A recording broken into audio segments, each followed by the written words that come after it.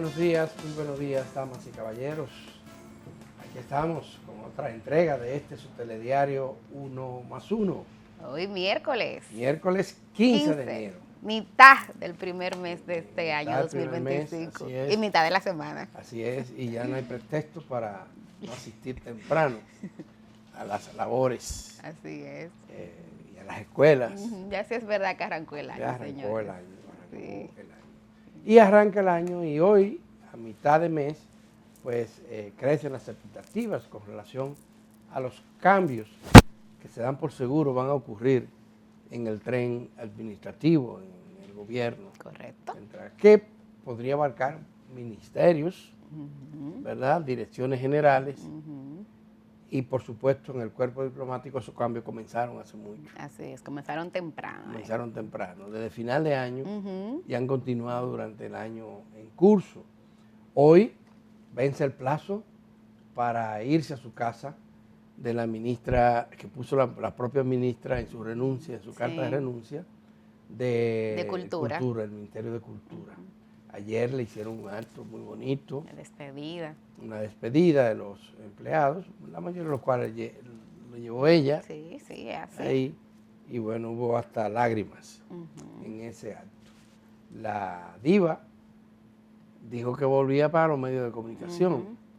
Y la verdad que hay una cara agradable. Claro. Y una mujer agradable en los medios de comunicación. Totalmente. Hoy está muy difícil porque la televisión está bastante difícil. Es cara, la televisión es cara. Muy costosa. Muy costosa.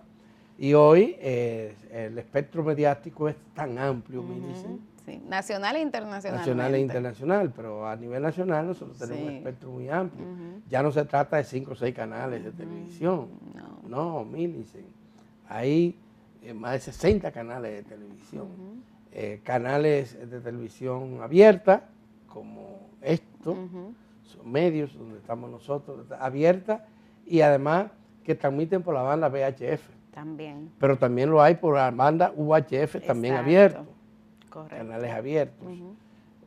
Y, por supuesto, YouTube ha hecho ha facilitado que los medios tradicionales, por ejemplo, de impresos, también estén en la plataforma digital y audiovisual, igual las emisoras de radio.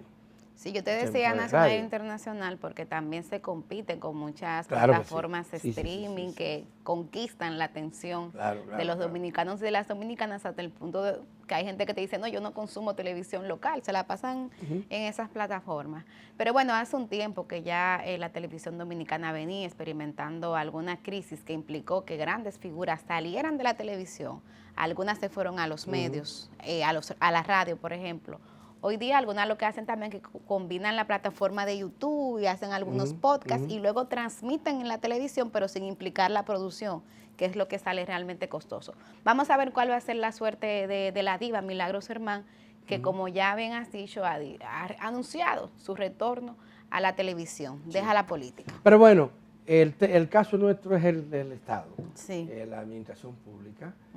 Se supone que esa vacante va a ser llenada lo más pronto posible, que no se va a esperar el 27 de febrero para llenarla. No, porque sería dejar ese ministerio acéfalo varios días. Y es muy probable que el gobierno comience a introducir cambios en los próximos días. Pero a mí me dicen que hay ministerios importantes donde se van a realizar cambios.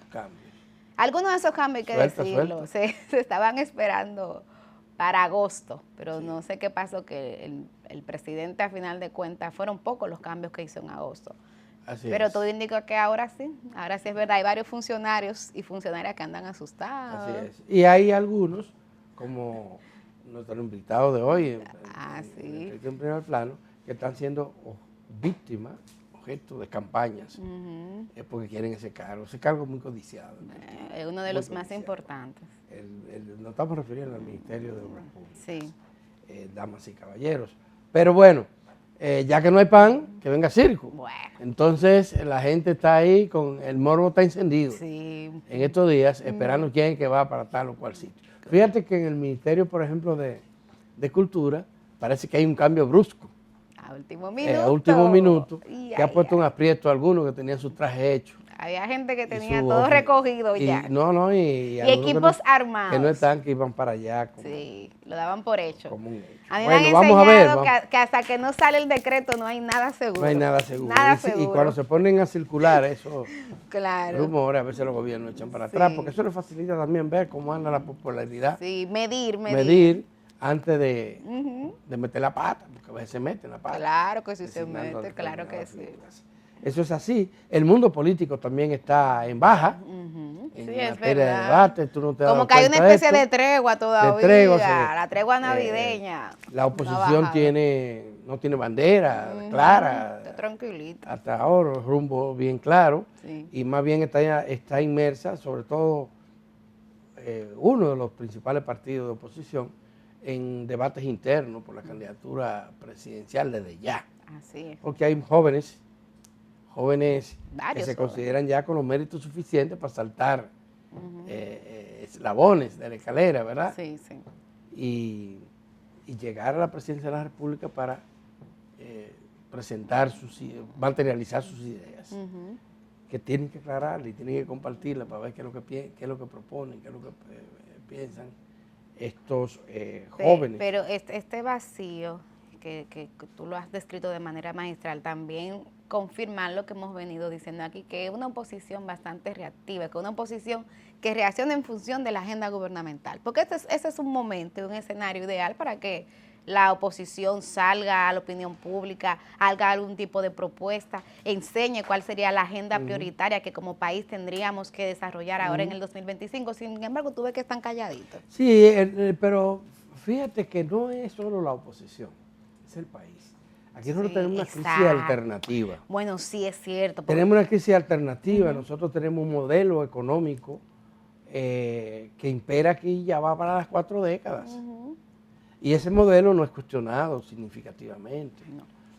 Aquí las críticas que se están haciendo son muy superficiales a lo que está pasando. Claro. Por ejemplo, durante estos últimos 40 años, lo que hemos visto es una reducción de la capacidad de acción del Estado dominicano. Totalmente. Y no veo a ningún partido político, a ninguna fuerza política o social propugnando por un Estado que tenga mayor capacidad para responder a las necesidades de la gente y operar como equilibrio en una sociedad con tantos intereses encontrados. Claro. ¿Verdad? Entonces, en una sociedad así, si el Estado no tiene capacidad para actuar, el pez grande se traga al chiquito, porque se impone la regla del más fuerte.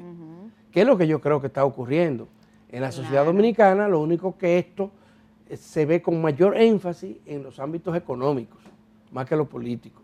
Mira, tú tienes toda la razón, porque inclusive en el sector empresarial aquí tuvimos décadas donde había una rama que era más crítica y más cuestionadora. Tú recuerdas, por ejemplo, los empresarios de Herrera, por decirte un caso. Pero en las academias, Alberto Grullón, que se suponen son centros de pensamiento que están llamados a jugar un rol también de incidencia social en función del bienestar público, tampoco están ni promoviendo ni participando de ningún debate importante. Entonces yo creo que sí que tienes razón, los partidos alternativos también. ¿Dónde están los partidos progresistas? ¿Cuáles son sus propuestas? ¿Y cuáles son los progresistas? ¿Y cuáles son los partidos progresistas? Exactamente. Entonces definitivamente hay un vacío de ideas. Tú recuerdas que en el marco de las elecciones municipales tú y yo lo acentuábamos mucho porque decíamos, caramba, en unas elecciones donde el tema territorial, que es donde la gente vive su cotidianidad, donde presenta los primeros problemas y debería, por ende, hallar las primeras soluciones, que haya una campaña electoral tan vacía.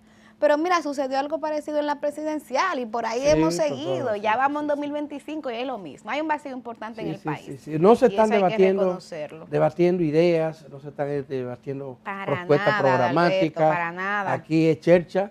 Y fíjate si esto es tan así, que hubo un alboroto del avispero político dominicano cuando el Tribunal Constitucional precisó que ninguna ley podía limitar el derecho de los ciudadanos a elegir y ser elegidos en cualquier cargo público, ¿verdad?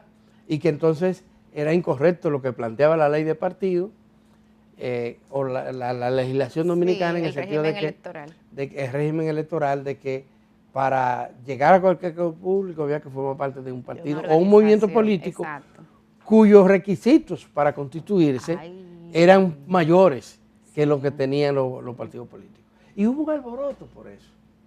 Los partidos se asustan. Tienen miedo, tienen miedo. Tranquilo, Bobby, tranquilo.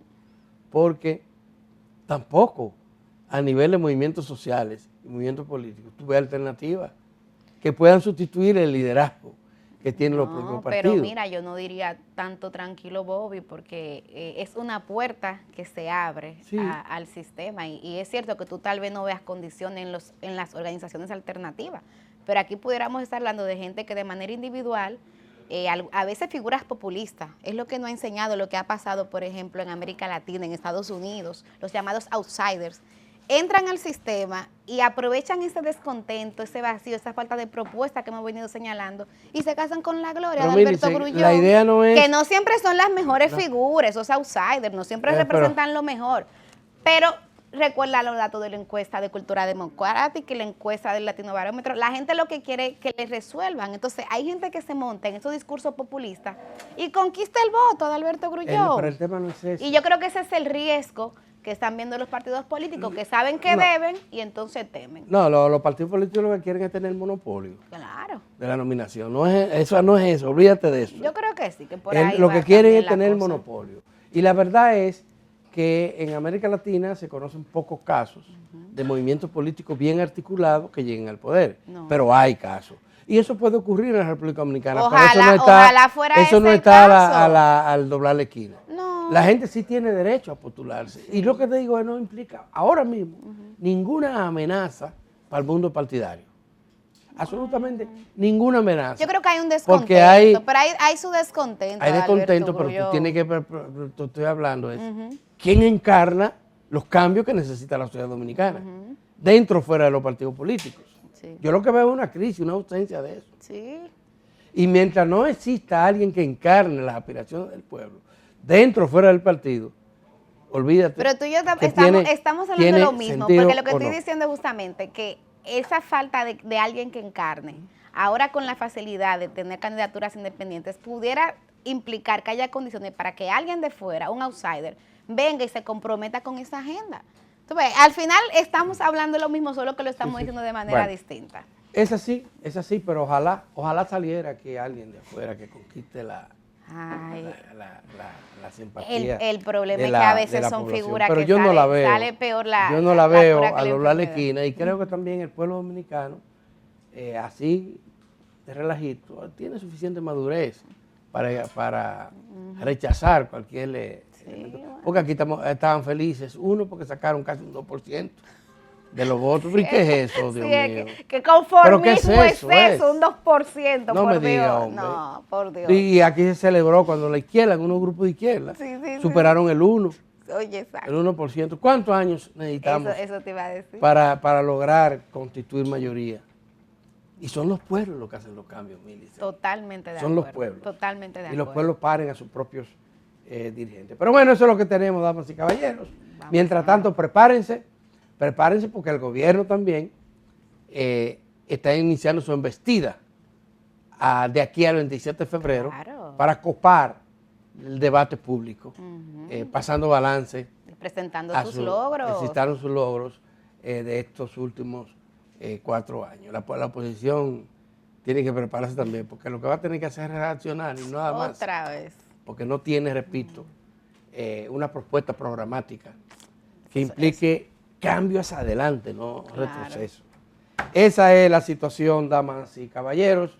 Hoy entra en vigencia el aumento del peaje y de eso vamos a hablar con nuestro invitado en la entrevista en primer plano, que se trata de Ligne Ascensión.